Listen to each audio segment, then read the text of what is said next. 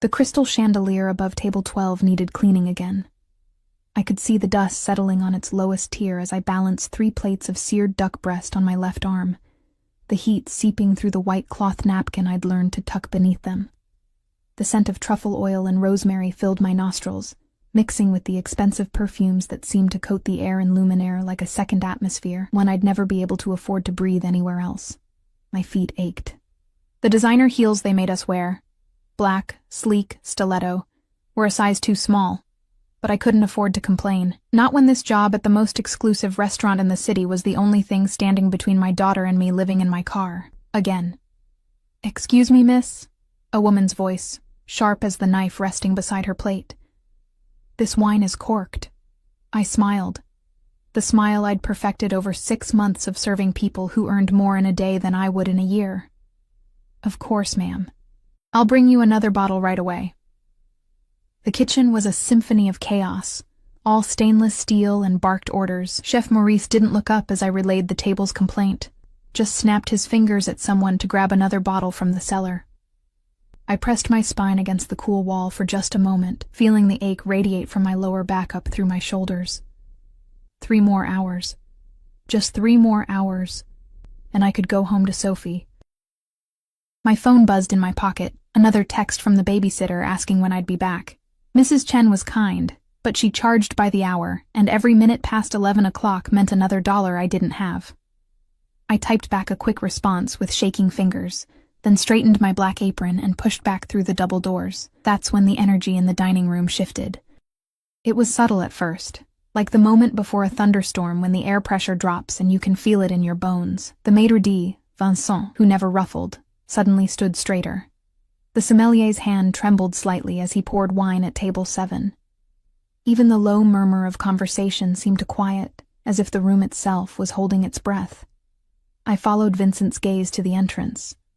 4 men entered first, not guests, bodyguards.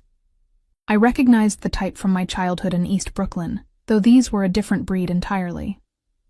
Tailored black suits that cost more than my car, earpieces barely visible, eyes that swept the room with mechanical precision. They didn't walk. They prowled, checking exits, cataloging faces, hands hovering near concealed weapons I was certain they carried. Then he walked in. I don't know why I noticed the shoes first. Black leather, polished to a mirror shine, custom made certainly, the kind that whispered wealth with every step against the marble floor. My gaze traveled upward. Charcoal gray suit that fit like it had been painted on his body, white shirt open at the collar revealing tan skin, no tie. As if rules about dress codes were for other people, but it was his presence that made my breath catch. Power. The kind that doesn't need to announce itself, that simply exists like gravity. He moved through the room as if he owned it, and perhaps he did. Vincent rushed forward, practically bowing, leading him toward the private section we reserved for VIPs. The bodyguards fanned out, 2 following, 2 positioning themselves with sight lines to every entrance. I shouldn't have stared. I knew better. In places like this, you became invisible, a ghost in black and white who delivered food and dissolved into the background. But I couldn't look away. He was younger than I expected, mid-30s perhaps, with dark hair swept back from a face that could have been carved from stone. Sharp jaw, straight nose, lips set in a line that suggested he smiled rarely and meant it even less. But it was his eyes that trapped me, dark, almost black, with an intensity that felt physical when they swept across the room, and then they landed on me. For a heartbeat, the world contracted to that single point of contact. His gaze pinned me in place, and I felt suddenly, acutely aware of every flaw, the strand of hair that had escaped my bun, the tiny stain on my apron from earlier, the way my 2 small shoes made me stand awkwardly. His expression didn't change, but something flickered in those dark eyes. Assessment. Calculation. Then he looked away, and I could breathe again. "Table 12 needs their wine." Chef Maurice's voice crackled through my earpiece, snapping me back to reality. I grabbed the new bottle, hands trembling slightly, and wound my way through the tables. But I was hyper-aware now of the private section, of the low murmur of male voices speaking in what sounded like Italian. of the weight of danger that seemed to pulse from that corner of the room. The dinner rush intensified. I moved on autopilot, taking orders, delivering plates, refilling water glasses. But part of my consciousness remained fixed on that private section, on the man who sat at its center like a dark star, around which everything else orbited. It was nearly 10 o'clock when Vincent appeared at my elbow. "Sophia, you need to deliver this to the private room." I stared at the bottle of wine he held. A Chateau Margaux that probably cost more than 3 months of my rent, but I don't usually. "Marco called in sick. You're the only one available." His voice dropped. "And Sophia? Be professional. Don't speak unless spoken to. Don't make eye contact. Just deliver the wine and leave. Understood?" The warning in his tone sent ice down my spine. Understood. My hands were slick with sweat as I carried the bottle toward the private section. One of the bodyguards stepped forward, blocking my path. He was massive, with a scar running from his temple to his jaw. His eyes were flat, empty of anything resembling warmth. "Wine delivery," I managed, my voice steadier than I felt. He nodded curtly and moved aside, but I felt his gaze tracking my every movement as I entered the private room. 6 men sat around a table set for 8. The conversation stopped the moment I entered. The silence was deafening, heavy with unspoken threat. I kept my eyes down, focusing on the bottle in my hands, on the ritual of presenting it. "Chateau Margaux 2010, I murmured, showing the label to the man at the head of the table. Him. Up close, he was even more devastating. His cologne reached me first, something dark and woody with notes of bergamot and smoke. Expensive, intoxicating. I could see the shadow of stubble along his jaw, the small scar above his left eyebrow, the way his fingers, long, elegant, with a single platinum ring on his right hand, drummed once against the table. "Open it." His voice was deep, accented, Italian, definitely, with an edge that made it less a request and more a command. My hands shook as I worked the corkscrew. I could feel all their eyes on me, but his gaze burned the hottest. The cork came free with a soft pop, and I poured a small amount into his glass, the wine catching the light like liquid ruby. He didn't taste it, just kept watching me with those fathomless dark eyes. "What's your name?" Vincent's warning echoed in my head. "Don't speak unless spoken to." "Sophia, sir." I kept my voice neutral, professional, my eyes fixed on the bottle. "Sophia." He repeated it slowly, as if tasting each syllable. "Look at me when I speak to you." It wasn't a request. I lifted my eyes to his, and the impact stole my breath. There was something predatory in his gaze, something that spoke of danger and dark promises, but also curiosity. As if I were a puzzle he was trying to solve. "You're afraid of me." Not a question. A statement. I swallowed hard. "I'm just here to serve your wine, sir." The corner of his mouth twitched, almost a smile, but not quite. "Smart girl. Fear is healthy. It keeps you alive." One of the other men laughed, a cold sound that made my skin crawl. "Since when do you chat with the help, Dante?" "Dante." His name was Dante. "Since she has interesting eyes," he replied, still watching me. "Finish pouring." I moved around the table, filling each glass with hands that somehow remained steady, despite the terror flooding my veins. I could feel the weight of their attention, the way they assessed me like wolves studying prey, but it was Dante's gaze that followed me, that burned into my skin like a brand. As I poured the last glass, my foot caught on something, a briefcase someone had carelessly left beside their chair. I stumbled, and the bottle slipped from my fingers. Time slowed. I watched the bottle fall, watched the wine arc through the air in a perfect crimson stream, watched it splash across expensive suits, across the pristine white tablecloth, across papers that had been spread out on the table's edge. The room went utterly silent. I stood frozen, horror flooding through me as wine dripped from the edge of the table onto the floor. My heart hammered so hard I thought it might break through my ribs. The papers, They were covered in wine now, the ink running, whatever had been written on them becoming illegible. "I'm so sorry," I whispered, dropping to my knees to try to salvage something, anything. "I'm so sorry, I didn't mean—" "Stop!" Dante's voice cut through my panic like a blade. I looked up to find him standing, wine staining his shirt, his jacket. But it was his expression that terrified me. Completely blank, emotionless, as if he were looking at something already dead. He moved closer, his shoes stopping inches from where I knelt. I could smell the wine mixing with his cologne, could see the tension in his body, the coiled violence barely contained. "Do you know what those papers were?" His voice was soft, deadly. I shook my head, tears burning my eyes.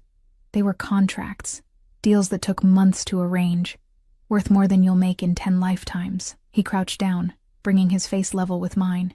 "And you just destroyed them. I'll pay for them," I blurted out, even knowing it was impossible. "I'll work extra shifts, You'll pay?" His laugh was bitter. "With what? Your tips?" One of the bodyguards appeared at his shoulder. "Boss, what do you want us to—" Dante held up one hand, silencing him. His eyes never left mine. "Stand up." I did, my legs shaking so badly I could barely support my weight. The room spun around me. This was it. I was going to lose my job. Worse, these were clearly not men who took losses lightly. Dante circled me slowly, like a predator assessing its prey. "You seem like a smart woman, Sophia. Hardworking. Probably supporting someone. A boyfriend? Husband. A daughter," I whispered. "I have a 5-year-old daughter." Something flickered across his face, too quick to identify. "Then you understand how important it is to be able to provide for your family. To keep them safe." He stopped directly in front of me. "Those documents you ruined? They represented safety for my family, protection, revenue." My throat was too tight to speak. He reached into his jacket. I flinched, unable to help myself, and pulled out a phone. Tapped the screen several times, then held it up to show me. It was a photograph of a helicopter. Sleek, black, expensive looking. "Can you fly this?" he asked. I blinked, confusion cutting through my terror. "What?" Simple question. "Can you fly a helicopter?" Yes. I have a pilot's license. I used to... I stopped, remembering Vincent's warning about speaking too much. But Dante's eyes had lit with something new, interest. Sharp and focused. "You used to what?"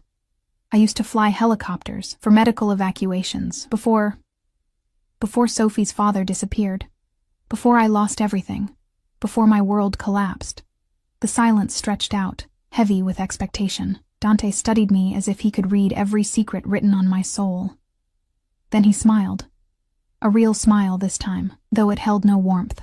"Then we have a deal, Sophia." He moved closer, so close I could feel the heat radiating from his body, could see the gold flecks in his dark eyes.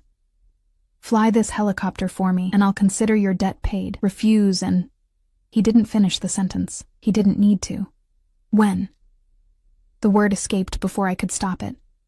"Now." "Now?" "But my daughter, Mrs. Chen, my shift." 1,000 objections crowded my throat. "Now," he repeated, his voice soft but implacable. "Unless you'd prefer to discuss alternative payment methods, I assure you, they're far less pleasant." One of the other men stood, pulling out his phone.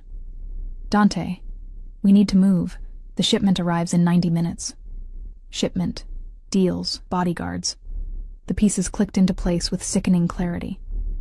I'd stumbled into something far more dangerous than a simple dinner service. Dante extended his hand to me. Elegant fingers, scarred knuckles, that platinum ring catching the light. "Come with me, Sophia. Fly this helicopter, and maybe, if you're lucky, you'll survive the night." I stared at his hand, at the choice that wasn't really a choice. Behind me, Vincent appeared in the doorway, his face pale. He caught my eye and shook his head slightly. A warning. Or maybe a goodbye. Sophie's face flashed through my mind. Her gap-toothed smile, her unruly curls, the way she hugged my neck so tight when I came home from work. She needed me. She was waiting for me. But these men, this man, wouldn't let me simply walk away. So I did the only thing I could do. I took his hand. His fingers closed around mine, warm, strong, possessive, and he pulled me to my feet. "Smart girl," he murmured. I knew those eyes held secrets. He didn't let go of my hand as he led me toward the exit, his bodyguards forming a protective circle around us. The other diners watched with wide eyes as we passed, as if witnessing something they knew they should forget as quickly as possible. Outside, the night air hit my face like a slap. 3 black SUVs waited at the curb, engines running, windows tinted so dark they looked like portals to nowhere. Dante opened the back door of the middle vehicle and gestured for me to enter. I climbed inside, my heart hammering, my mind racing through every possible escape route and finding none. He slid in beside me, close enough that our thighs touched. The door slammed shut, and the vehicle pulled into traffic with smooth precision. "Where are we going?" I asked, my voice barely above a whisper. Dante pulled out his phone, typed something quickly, then looked at me. In the dim light from the screen, his face was all sharp angles and shadows. "To see if you're as good as you claim to be," he said, "and to discover whether you're brave or just foolish." The SUV accelerated, and I watched the familiar streets of my city blur past the window, carrying me toward a future I couldn't begin to imagine. Toward danger, toward secrets, toward a man whose dark eyes held promises of both destruction and something terrifyingly like desire. The SUV moved through the city like a shark through dark water, smooth, predatory, unstoppable. I sat rigidly beside Dante, hyper-aware of every point where our bodies almost touched, of the heat that seemed to radiate from him despite the air conditioning that hummed softly through the vehicle. My phone buzzed in my pocket. Mrs. Chen, probably. Or worse, the restaurant, wondering where I'd disappeared to. I reached for it instinctively, but Dante's hand shot out, catching my wrist with surprising gentleness. "No calls," he said quietly. "Not until this is done. My daughter... We'll be fine for a few hours." His thumb pressed against my pulse point, and I knew he could feel how fast my heart was racing. "Who watches her?" "A neighbor. Mrs. Chen. She'll be worried if I don't..." He released my wrist and pulled out his own phone, typed something quickly. "Name and address." I stared at him. "Why?" "Because I'm going to have someone deliver a message that you're working late, along with enough money to cover her time and her silence." He looked at me expectantly. "Unless you'd prefer she call the police looking for you?" The casual way he said it, the implication that police involvement would be bad for both of us, sent ice down my spine. But he was right. Mrs. Chen would panic if I didn't show up. She might call someone, and something told me that would end badly for everyone involved. I gave him the information, watching as he texted it to someone. Within seconds, a response came back. He showed me the screen briefly, a simple thumbs-up emoji. "Done," he said. "She'll have the message within 20 minutes. "How much money?" "Enough." He slipped the phone back into his pocket. "You ask a lot of questions for someone in your position." "My position being what, exactly? Kidnapped? Coerced?" The man in the passenger seat, one of the bodyguards from the restaurant, turned slightly. "You want I should explain to her how to speak respectfully, boss?" "No, Marco." Dante's voice held a note of amusement. "I appreciate honesty. It's rare in my world." He shifted to face me more fully. "You're not kidnapped, Sophia. You're fulfilling an obligation. You destroyed something valuable. Now you're making restitution. That's how business works." "This isn't business. This is..." I stopped, suddenly aware that I was arguing with a man who clearly held my life in his hands. "This is what?" He leaned closer, and I could smell his cologne again, that intoxicating mix of smoke and bergamot that seemed to wrap around my senses. "Say it." "Illegal," I whispered. He laughed, a genuine sound that transformed his face completely. For a moment, he looked younger, almost approachable. Then the moment passed, and the dangerous mask slid back into place. "Everything I do exists in shades of gray, Sophia. Legal, illegal. These are concepts for people who have the luxury of choice." His hand moved to my face, fingers grazing my cheek with shocking gentleness. "You, for example. You have a helicopter license, but you're working as a waitress. Why?" I pulled back from his touch, pressing myself against the door. "That's none of your business. Everything about you became my business the moment you spilled wine on $10 million worth of contracts. His voice hardened. So answer the question, why isn't a licensed pilot flying? The SUV turned onto a highway, picking up speed. Through the windshield, I could see the other two vehicles keeping pace, one ahead, one behind. A convoy. Protected. Planned. I lost my certification, I said finally. Temporarily. There was an incident. A medical emergency during a flight. The patient died. There was an investigation. They found I'd been working triple shifts, that I was exhausted. They suspended my license for 6 months. When do you get it back? 2 weeks ago. His eyebrows rose. So you're fully certified, current, legal. Yes, but I haven't flown since... You remember how? I thought of the countless hours in the cockpit. The way my hands had known every control as intimately as my own heartbeat. The freedom of lifting off the ground, of seeing the world spread out below like a map of infinite possibilities. Yes, I admitted. I remember. Good. He settled back in his seat, looking satisfied. Then tonight should be interesting. We drove for another 30 minutes, leaving the city behind.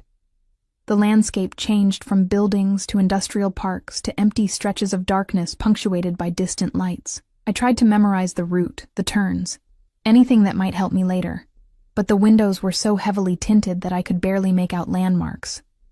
Finally, we turned onto a narrow road that led to what looked like an abandoned airfield. Weeds grew through cracks in the concrete. Old hangars stood like skeletal giants against the night sky. But as we drove closer, I could see light spilling from one of the structures, and the distinctive silhouette of a helicopter parked on a cleared section of tarmac. The SUV stopped, and Marco opened the door. Let's move. We're behind schedule. Dante climbed out and extended his hand to me again. I ignored it this time, stepping out on my own, my heels clicking against the concrete. The night air was cooler here, carrying the scent of fuel and rust and something else. Marijuana, maybe, or chemicals I couldn't identify. The helicopter was exactly like the photo he'd shown me. Sleek, black, expensive. An Airbus H-125 if I wasn't mistaken. Single engine, light utility, capable of carrying up to 6 passengers. My fingers itched to touch it, to run pre-flight checks, to feel the controls respond to my hands again. Beautiful, isn't she?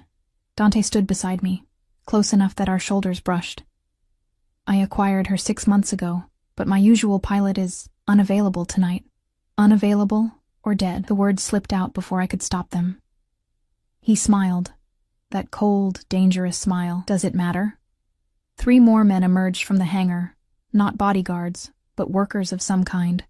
They carried large duffel bags which they loaded into the helicopter's cargo area with practiced efficiency. I tried not to think about what might be in those bags. Drugs, money, weapons. Nothing good. Your job is simple, Dante said, his hand finding the small of my back, guiding me toward the helicopter. You fly us to a specific location. You wait while we conduct our business. You fly us back. That's all. Where? You'll receive coordinates once we're airborne. He opened the pilot's door, gesturing for me to climb in. I'm not a fool, Sophia. I don't give away my destinations until I'm certain of my pilot's cooperation. I looked at the cockpit, at the controls I'd dreamed about for months, at the freedom they represented. Then I looked at Dante, at the hard line of his jaw, at the gun I could now see holstered under his jacket. And if I refuse, then you'll discover exactly how unpleasant my alternative payment methods can be. He moved closer, crowding me against the helicopter's frame.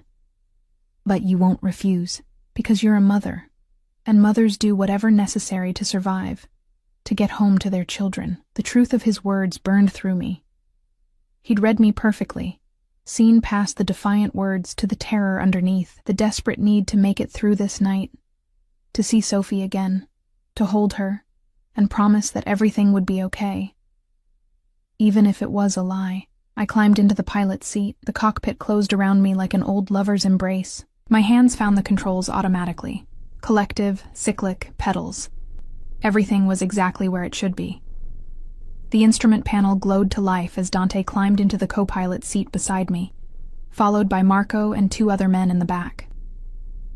Pre-flight check, I said, my voice steadier now. This, at least, I knew how to do. This was familiar ground. I ran through the sequence methodically, checking fuel, instruments, warning lights. Everything looked good. Too good, actually. This helicopter had been maintained to perfection, probably better than the medical choppers I'd flown. Satisfied? Dante asked, watching me with those intense dark eyes. Yes. I reached for the starter. Coordinates? He pulled out his phone, typed briefly, and my navigation system pinged. A location appeared. 40 miles northeast, in what looked like the middle of nowhere, an empty field, or maybe private property. Nothing that suggested legitimate business. There's a clearing, he explained. Natural cover from the tree line. You'll land, we'll be gone approximately 20 minutes, then we fly back. Simple. Nothing about this was simple, but I engaged the engine anyway. The familiar whine filled my ears, building to a roar as the rotors began to spin. The helicopter shuddered, coming to life beneath my hands like a wild animal recognizing its master. I'd forgotten how much I loved this feeling. Clear for takeoff, Marco said into his radio, and I realized there were people watching, coordinating. This was a professional operation. I pulled up on the collective, eased the cyclic forward, and we lifted smoothly into the night sky. The ground fell away beneath us, and for a moment, just one perfect moment, I forgot about the danger, about the men with guns sitting behind me, about the illegal cargo and the destroyed contracts. For one moment, I was free again, suspended between earth and stars, with nothing but sky and possibility stretching out in every direction. You're good at this, Dante observed, his voice crackling through the headset we both wore. I know, I replied simply. He laughed. Confidence. I like that. We flew in silence for a while, following the coordinates northeast. Below us, the city's lights gave way to suburbs, then rural darkness broken only by occasional farmhouses and long stretches of empty highway. The helicopter responded beautifully to every adjustment, every minor correction. Whoever maintained this machine knew what they were doing. You said there was an incident, Dante said suddenly. A patient died. I didn't want to talk about this, didn't want to remember that night. The alarms, the desperate rush, the way I'd fought to keep my eyes open, to focus, to make it to the hospital in time. Yes. What happened? I told you. I was exhausted. I'd been working triple shifts for weeks, trying to make enough money to... I stopped, swallowing hard. It doesn't matter. I made a mistake. Someone died, that's all. That's not all.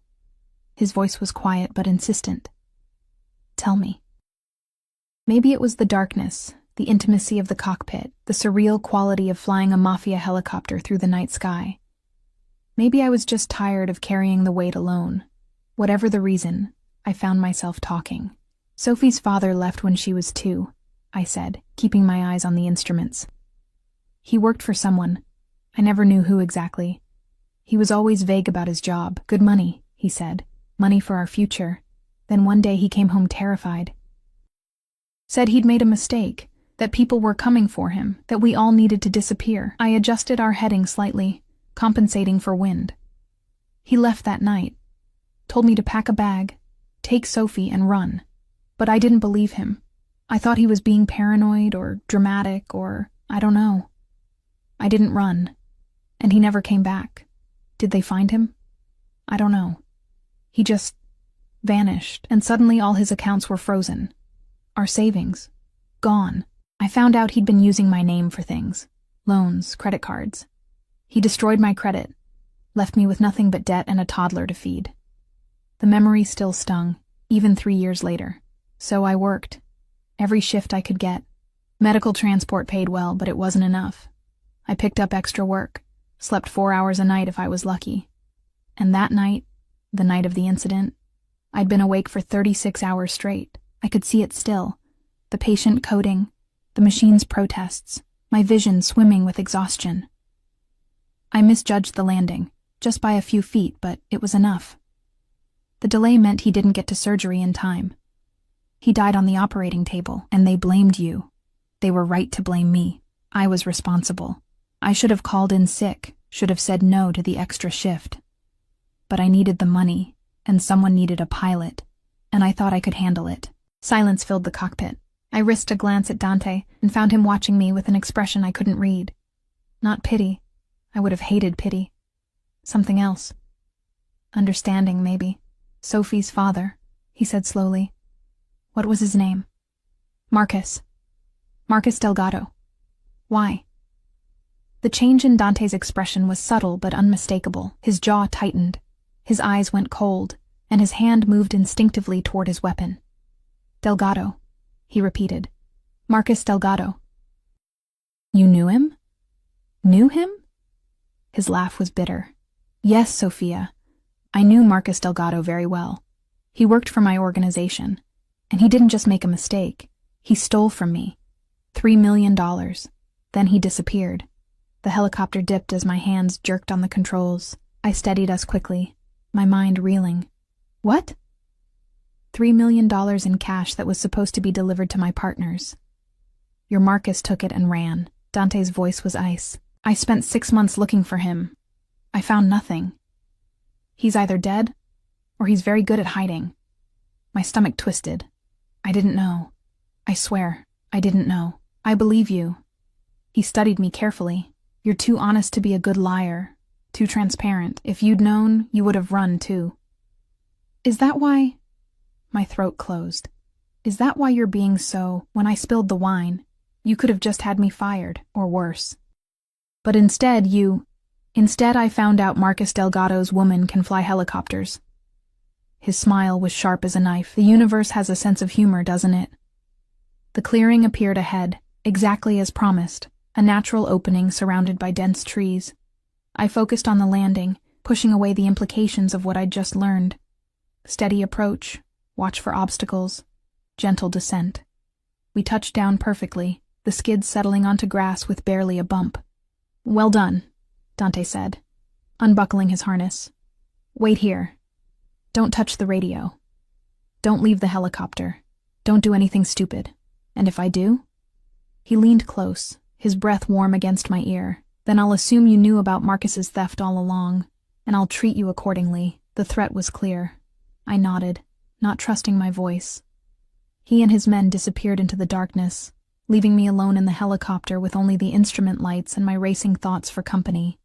Marcus had worked for Dante, had stolen from him, and I, completely unknowingly, had been living on the edges of this man's world for 3 years, trying to survive the wreckage Marcus had left behind.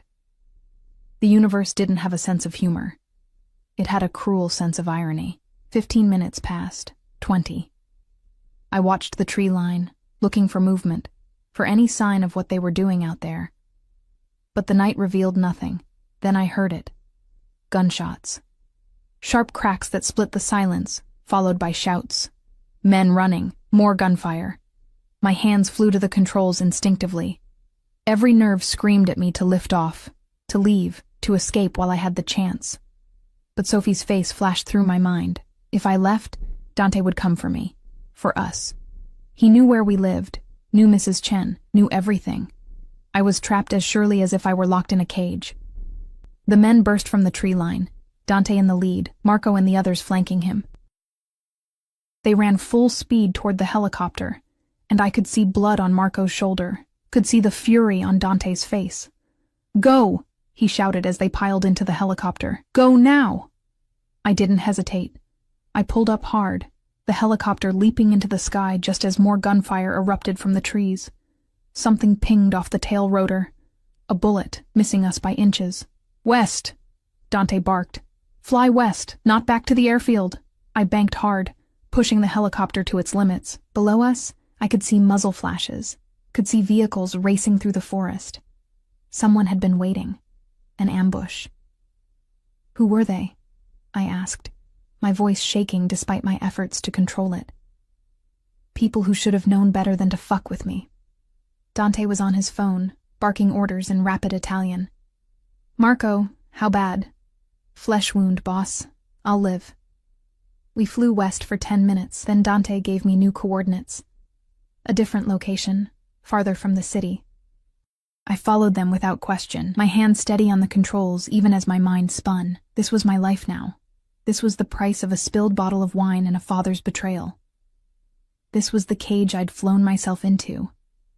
And the man beside me, dangerous, powerful, connected to the worst moment of my past, held the only key. The new coordinates led us to what looked like an industrial complex.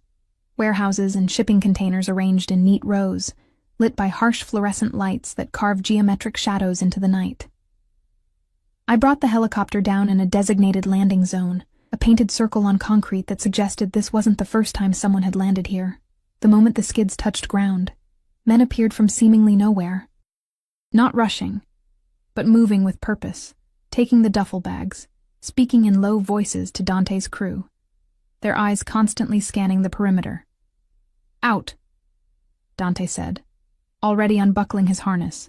I climbed out on shaking legs, my heels clicking against concrete that still held the day's heat. The air smelled of diesel fuel and salt water. We were near the docks, I realized, somewhere in the industrial port area where legitimate business ended and shadow economies thrived. Dante's hand found my elbow, steadying me, or claiming me. I wasn't sure which. "Marco, get that shoulder cleaned up," he ordered. "Luca, I want a full report on what the fuck happened back there in 10 minutes. Everyone else, standard lockdown protocol." The men dispersed efficiently, leaving us standing beside the helicopter. Dante's jaw was tight, his body radiating barely contained fury.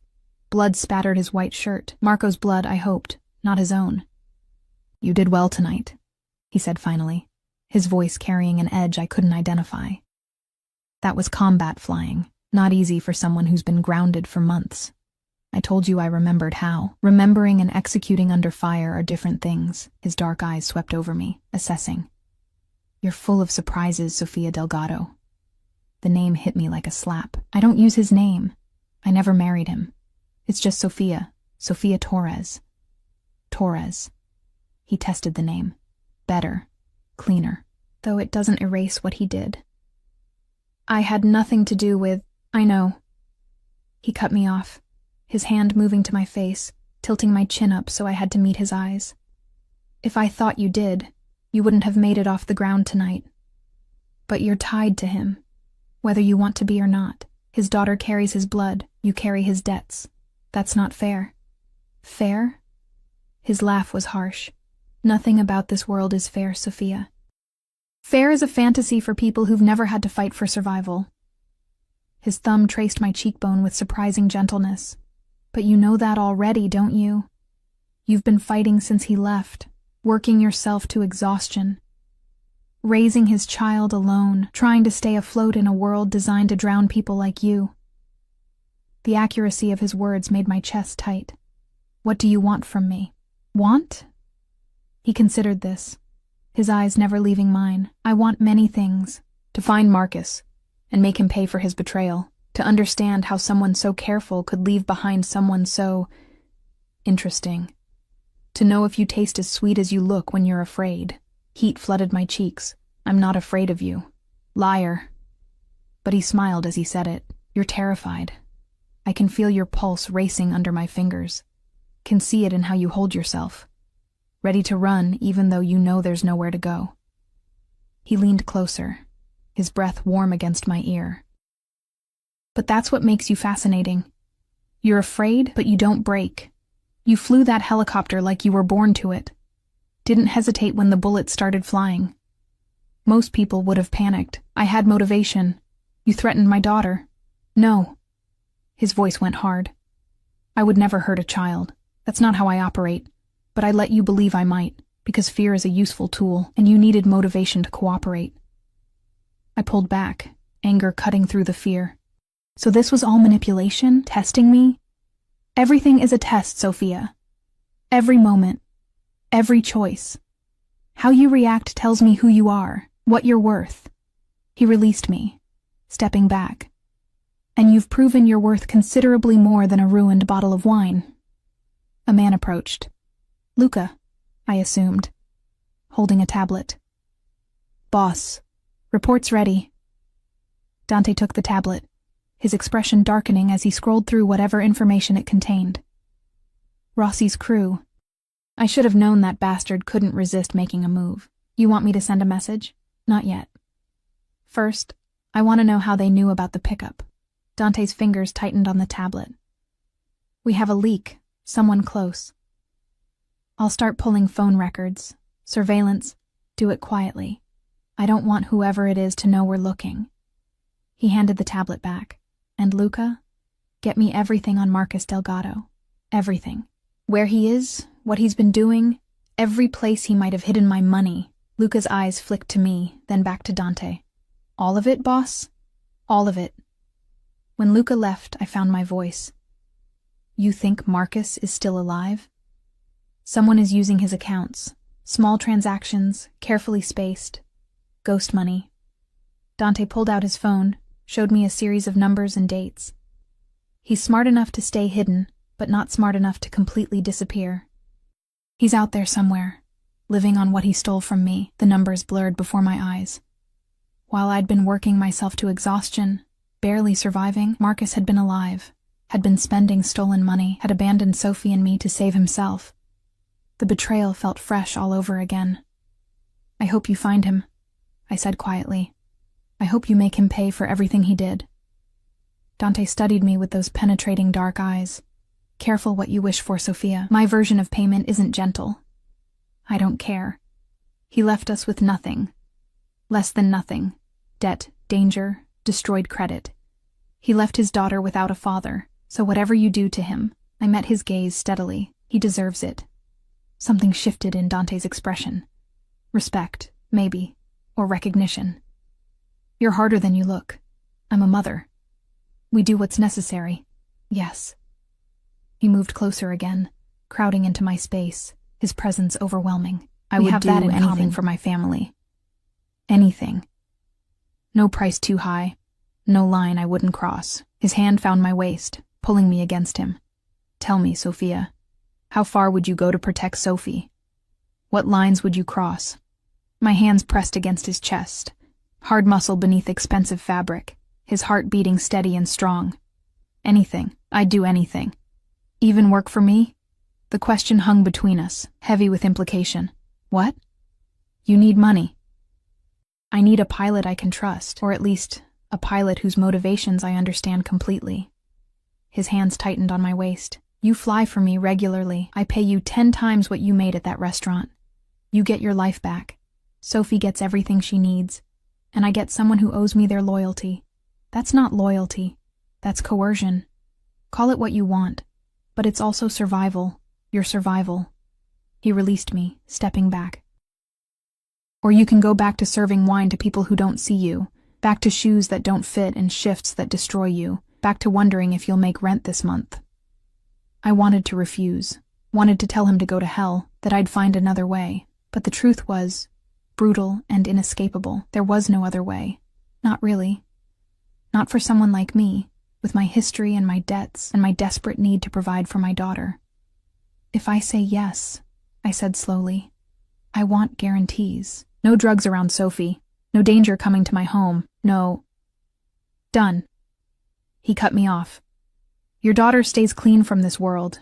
Your home stays protected. You work, you get paid, you go home to her. Simple. Nothing about this is simple. No, he agreed, but it's better than the alternative, better than waiting tables and hoping nobody notices how badly you're drowning. He was right. God help me. He was right. One more thing, I said.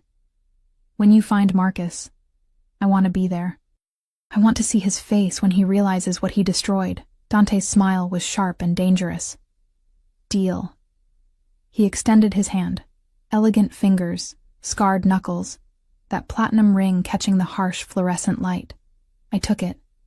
His grip was firm, possessive, sealing a bargain that would tie me to him in ways I couldn't yet imagine, sealing my fate with a handshake and a promise of revenge against the man who'd broken me. Welcome to the family, Sophia, Dante murmured, his voice carrying notes of satisfaction and something darker, something that made my skin heat despite the cool night air. I have a feeling this will be a very interesting partnership. He pulled me closer, his lips brushing my ear. Now let me take you home, to your daughter, to your life. And tomorrow, We'll discuss the details of your new position. A black SUV pulled up, door already open, waiting. I climbed inside, Dante sliding in beside me, his presence filling the space like smoke. As we drove through the night, back toward the city, and Sophie and everything I'd been fighting to protect, I couldn't shake the feeling that I'd just traded one cage for another. A gilded cage, perhaps, but a cage nonetheless. And the man beside me, dangerous, powerful, connected to my past in ways I was only beginning to understand, held every key. The SUV pulled up to my apartment building 40 minutes later, a worn 3-story walk-up in a neighborhood that had seen better decades. The contrast between Dante's world and mine couldn't have been starker. Here, graffiti-decorated crumbling brick walls, streetlights flickered uncertainly, and the smell of garbage mixed with the distant scent of someone's late-night cooking. Dante's expression didn't change as he surveyed my building, but I felt the judgment anyway. This was poverty. Real, grinding poverty that no amount of wine-stained contracts could truly understand. "Wait here," he told Marco, then turned to me. "I'll walk you up." "That's not necessary." It wasn't a request. He opened his door, came around to mine, and extended his hand. I ignored it, climbing out on my own. My feet screamed in protest. Those 2 small heels had been torture for hours now. I wanted nothing more than to kick them off, to collapse into bed, to pretend this entire night had been some fever dream. But Dante's hand found the small of my back again, proprietary and warm, guiding me toward the building's entrance. Mrs. Chen's apartment was on the 1st floor.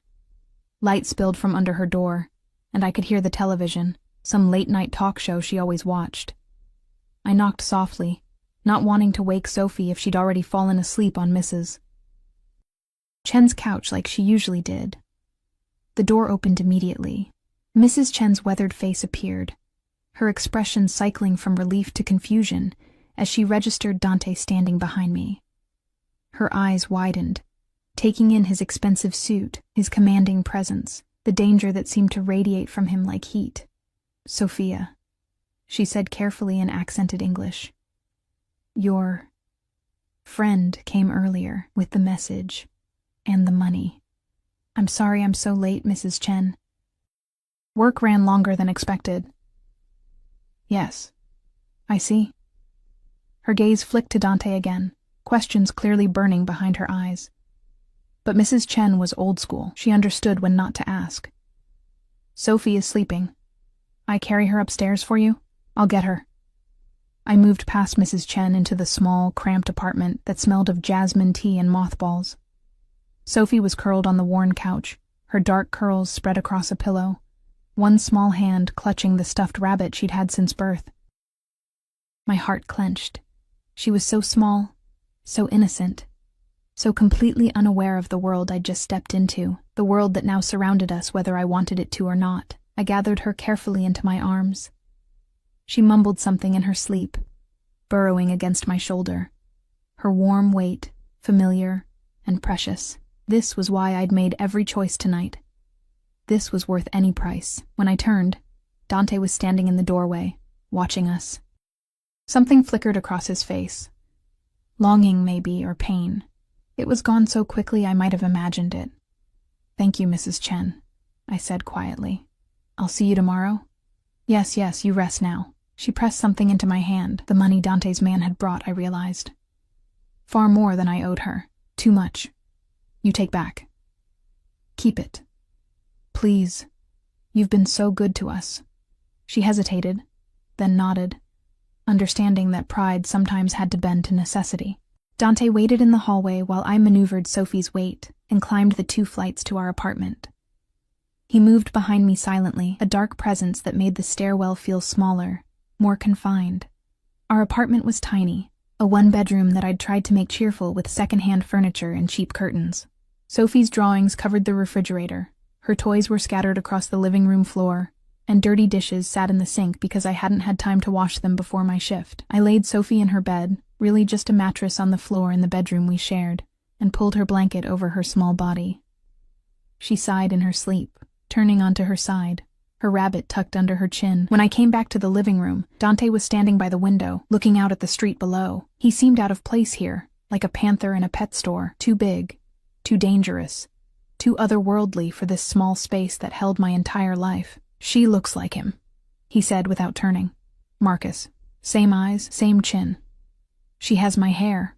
I didn't know why that felt important to say. "And my stubbornness. Does she ask about her father?" "Sometimes. I tell her he had to go away, that he loved her but couldn't stay." The lies tasted bitter. "I don't tell her he abandoned us, that he was a thief and a coward. She'll learn that soon enough when she's older."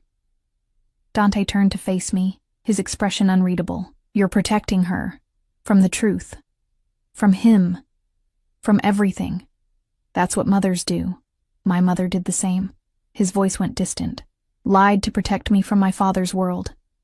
Told me he was a businessman, that the men with guns were just security. That the blood on his shirts was from accidents." He moved closer. "Then I turned 12, and I watched him kill a man, right in front of me. No more lies after that." I swallowed hard. "I'm sorry." "Don't be. It made me strong. Made me understand how this world really works. Weakness gets you killed. Sentiment gets you betrayed. Power is the only thing that matters." His hand cupped my face, thumb tracing my lower lip. "But you already know that, don't you? Marcus taught you that lesson the hard way. I don't want Sophie to learn it that way. Then work for me. Let me pay you enough that she never has to struggle. Never has to watch you destroy yourself trying to survive. Give her the childhood you didn't have." His words were seductive, dangerous. They painted a picture of security I hadn't felt in years, but they also bound me tighter to him. To his world. To choices I couldn't take back. "What exactly would this job entail?" I asked, my voice steadier than I felt. "Flights. Mostly at night. Sometimes cargo, sometimes passengers. You don't ask questions about what or who. You fly where I tell you, when I tell you. You keep your mouth shut about everything you see." His hands moved to my waist, pulling me against him. "And you belong to me. Not romantically. Not unless you want that. But professionally. Completely. You don't fly for anyone else. You don't talk to anyone else about your work. You're mine." The possessiveness in his voice should have terrified me. Instead, it sent heat through my body, a response I didn't want to examine too closely. "And if I want out eventually, then we renegotiate. I'm not a prison warden, Sophia.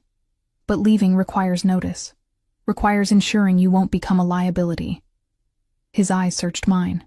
"I protect my people, but I also destroy those who betray me. Remember that." It was both promise and threat, wrapped together so tightly I couldn't separate one from the other. "How much?" I asked. "Specifically, how much would you pay me?" He named a figure that made my knees weak. "Monthly. That amount monthly." It was more than I'd made in 6 months at the restaurant. Enough to move to a better apartment, to give Sophie everything she needed, to finally breathe.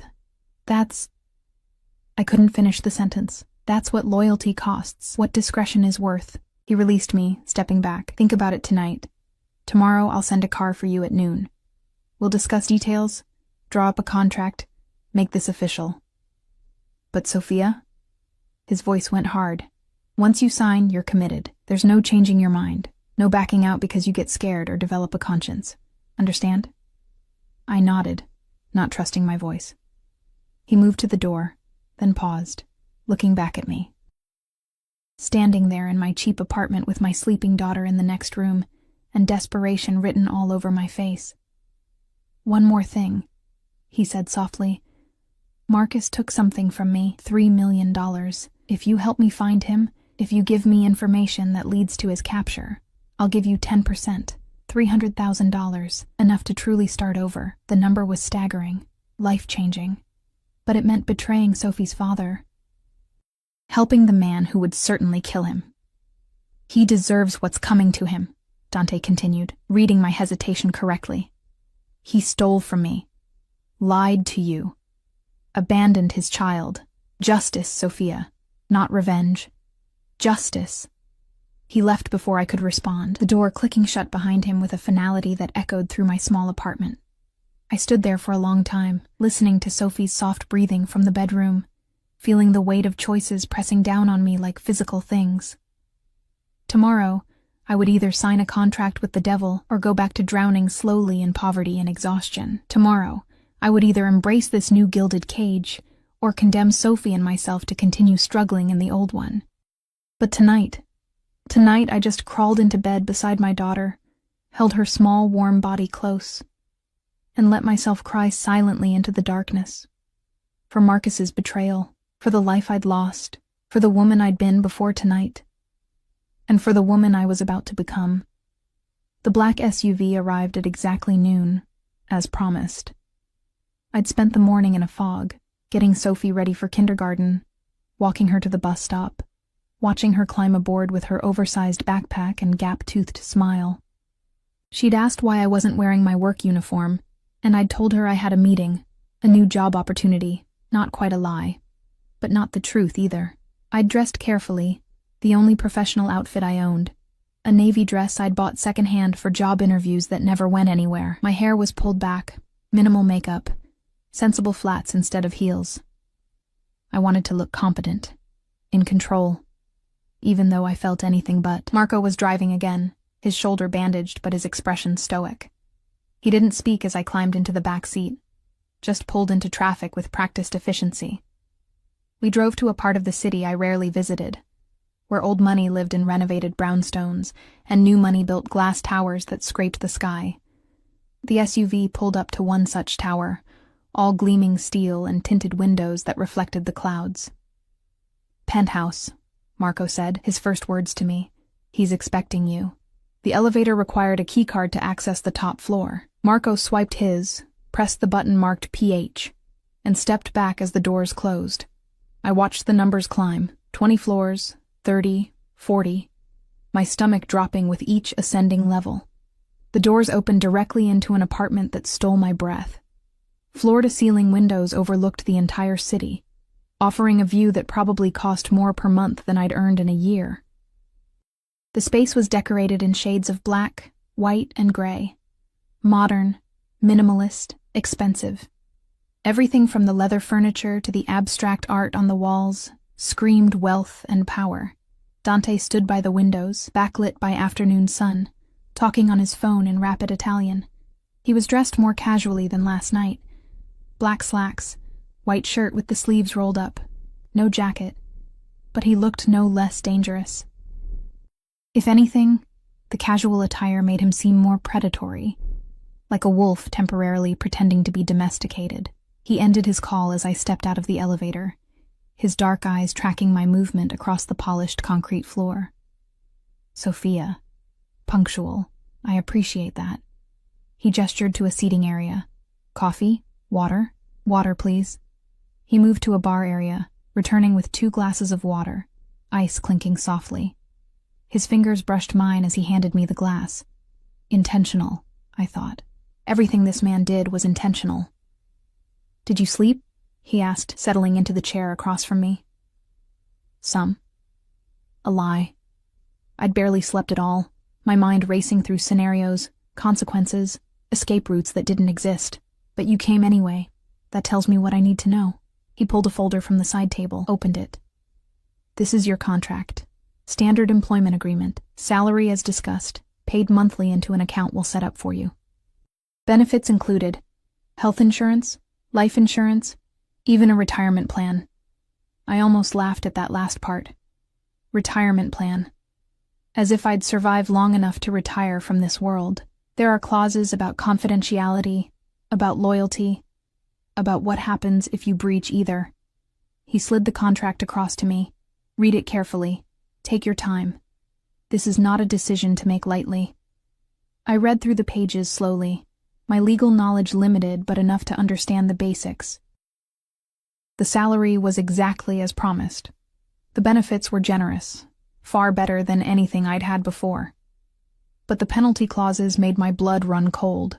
Breach of contract resulted in immediate termination, of employment, and I suspected, possibly of life. "I need to ask something," I said, looking up from the pages.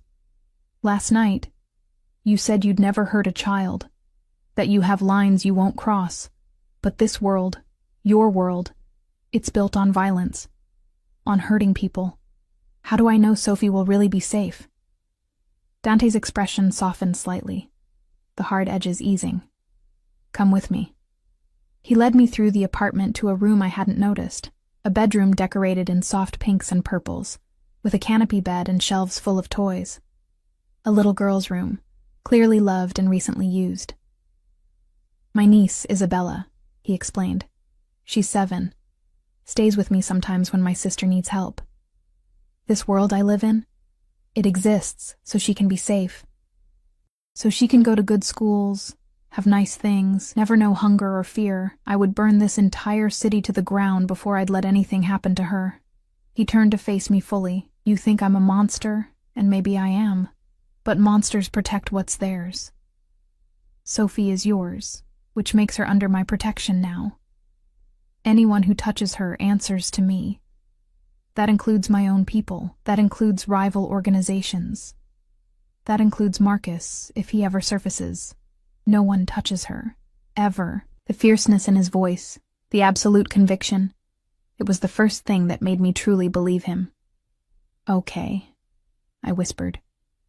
We returned to the living room. I picked up the pen he'd left beside the contract, my hand hovering over the signature line. "Once you sign," Dante said quietly, "everything changes. You can't go back to who you were before. You'll have money, security, protection. But you'll also have secrets. Blood on your hands, even if you never pull a trigger. Can you live with that?" I thought of Sophie's smile, of the apartment with heat that barely worked and the shoes that didn't fit, and the constant, grinding terror of not having enough, of working myself to death and still drowning. I thought of Marcus, alive somewhere, spending stolen money while his daughter went without. I thought of the freedom I'd felt last night. Flying through dark skies, my hands on controls that responded perfectly to my touch. I signed my name. Dante smiled. A real smile this time, reaching his eyes. "Welcome aboard, Sofia Torres. You start tonight. There's a shipment coming in at 10. Routine pickup and delivery. Consider it your first official flight. Tonight?" "But Sophie..." "I've already arranged for Mrs. Chen to stay with her. She'll be paid triple her usual rate. And Sophia?" He moved closer, his hand finding my chin, tilting my face up. "Get used to irregular hours. This job doesn't follow a 9-to-5 schedule." His thumb traced my lower lip again, that gesture that sent unwanted heat through my body. "There's one more thing we need to discuss. Marcus." My stomach tightened. "I have people looking, but they've found nothing. He's too careful, too well hidden. Unless..." Dante's eyes searched mine. "Unless he tries to make contact. Men like Marcus, they have patterns. They can't help themselves. Eventually, they reach out to what they've lost. Try to justify their choices, try to reconnect. He hasn't contacted me in 3 years. But if he does, when he does, you'll tell me immediately. You'll help me find him. That was part of our deal. And the money, the 300,000? The moment I have him, it's yours. Consider it a finder's fee, and justice for what he did to you and Sophie." I should have felt guilty. Sophie's father, the man I'd once loved enough to have a child with. But when I searched my heart, all I found was cold anger. He'd destroyed us. Left us to suffer while he hid like a coward. "When he contacts me," I said firmly, "I'll tell you everything." Dante's smile turned predatory. "Good girl." The weeks that followed blurred together in a strange new rhythm. By day, I was Sophie's mother, taking her to school, helping with homework, reading bedtime stories. Normal, domestic, safe. By night, I was Dante's pilot, flying cargo and passengers to locations I never questioned, landing in fields and rooftops and private airstrips that didn't appear on any map. The work was dangerous, illegal, everything I'd sworn I'd never be part of. But the money was real. Astonishingly, life-changingly real. Within a month, we'd moved to a new apartment. 2 bedrooms, heat that worked, a neighborhood where Sophie could play outside without me constantly watching for danger. I bought her new clothes, enrolled her in ballet classes she'd always wanted, filled our kitchen with food that didn't come from the discount bin, and I flew. God, how I flew. Every night in that helicopter, I felt alive in ways I hadn't since before Marcus left. The controls responded to my touch like extensions of my own body. The sky opened up before me, infinite and free. For those hours between takeoff and landing, I wasn't a struggling single mother or a criminal's employee. I was just a pilot, doing what I was born to do. Dante noticed. He always noticed everything. "You're smiling," he observed one night as we flew back from a delivery, just the two of us in the helicopter. He'd started accompanying me more often, sitting in the co-pilot seat, watching me with those intense dark eyes. I love flying. I'd forgotten how much. Marcus took that from you too. Your certification, your career. He took everything. He did, I agreed. But you gave it back. "I'm a generous man," he said with dark humor. When people proved their loyalty, our relationship had shifted over those weeks. The fear had faded, replaced by something more complex. Respect, maybe. Understanding. We'd developed a rhythm. He gave orders. I followed them. We both benefited. Clean. Professional. Except for the moments when his hand lingered too long on my waist, when his eyes tracked me with something beyond professional interest, when the air between us felt charged with possibility and danger in equal measure. I told myself it was just proximity, just the intimacy of working closely with someone powerful and attractive, nothing more. I was lying to myself. 3 months after I'd signed that contract, everything changed. I was getting Sophie ready for school when my phone buzzed. Unknown number. I almost ignored it, probably spam, but something made me answer. Sophia. The voice was older, rougher, but unmistakable. "Marcus." My hand tightened on the phone. "Where the hell have you been? I can't talk long. I needed to hear your voice, to know you and Sophie were okay." Rage flooded through me, hot and pure. "Okay? You think we're okay? You left us with nothing, Marcus. Less than nothing. Do you know what the last 3 years have been like?" "I'm sorry." "God, Sophia, I'm so sorry. But I had no choice.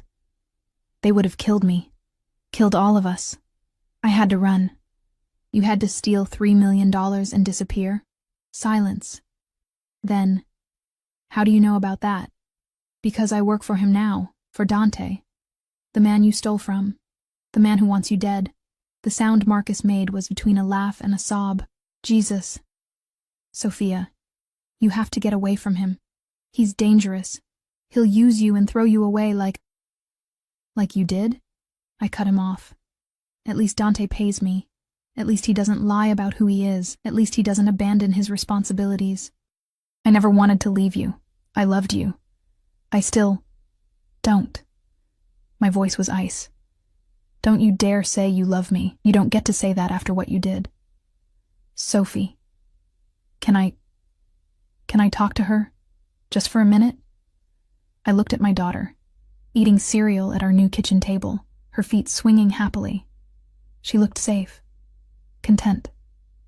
She didn't need Marcus's poison in her life. "No," I said firmly. "You lost that right. You're dead to us, Marcus. Stay dead." "Sophia, please." My hands were shaking. I hung up, my heart racing. For a moment, I just stood there, processing what had happened. Then I called Dante. He answered on the first ring. "Sophia." "What's wrong?" "Marcus called me, just now." I gave him every detail, the number, what was said, how Marcus had sounded. "You did the right thing calling me." His voice held approval, and something darker. "Forward me that number. Don't answer if he calls again. We'll handle it from here." "Dante? The money, the 300,000, our deal, will be honored. You led me to him, even if indirectly. The money's yours." A pause. "Are you okay?" The question surprised me. I'd expected triumph, celebration that his enemy was finally within reach, not concern for my emotional state. "I don't know," I admitted. "I thought I'd feel different, hearing his voice. But I just felt angry and relieved that I could finally close that door." "Good. Anger is useful. It keeps you sharp." His voice softened. "Take the day off. Spend it with Sophie. I'll handle Marcus." "Will you kill him?" "Does it matter?" I thought about that. About the man I'd loved, who'd given me Sophie, who'd then destroyed our lives. About justice and revenge and the price of betrayal. "No," I said finally. It doesn't matter. He made his choices. Now he lives or dies with the consequences. I'll call you tomorrow, Dante said. We'll discuss your bonus and next steps. He hung up, and I stood in my kitchen, watching Sophie finish her breakfast, completely unaware that her father had just called, that his fate had just been sealed. I felt no guilt, no remorse, just relief. 2 weeks later, Dante called me to his penthouse. When I arrived, he handed me an envelope. It's done, he said simply. Marcus is no longer a problem. I didn't ask what that meant, didn't want details. Just opened the envelope and found a bank statement showing a new account in my name. $300,000, exactly as promised.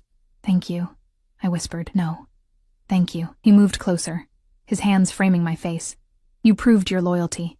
You chose Sophie's future over misplaced sentiment. You chose us over him. I chose survival, same as always. No, his forehead touched mine, his breath warm against my lips. You chose strength. You chose to stop being a victim. And you chose to trust me with your secrets, your pain, your future. Dante, I know this started as coercion, as necessity, but it's become something else, hasn't it? For both of us. I couldn't deny it. Somewhere between that first terrified helicopter flight and this moment, something had shifted. Dante had become more than my employer. More than the dangerous man who'd pulled me into his world. He'd become my partner, my protector. The person who understood the darkness I now carried and didn't judge me for it. Sophie comes first, I said firmly. Always, that doesn't change. I know. And I respect that. Hell, I admire it. His thumb traced my cheekbone, but she's asleep right now. Mrs. Chen has her for the night, so right now it's just us. Just this. He kissed me. Finally, after months of tension and almost moments. Kissed me like a man who'd been holding back and had finally broken free of his restraints. And I kissed him back.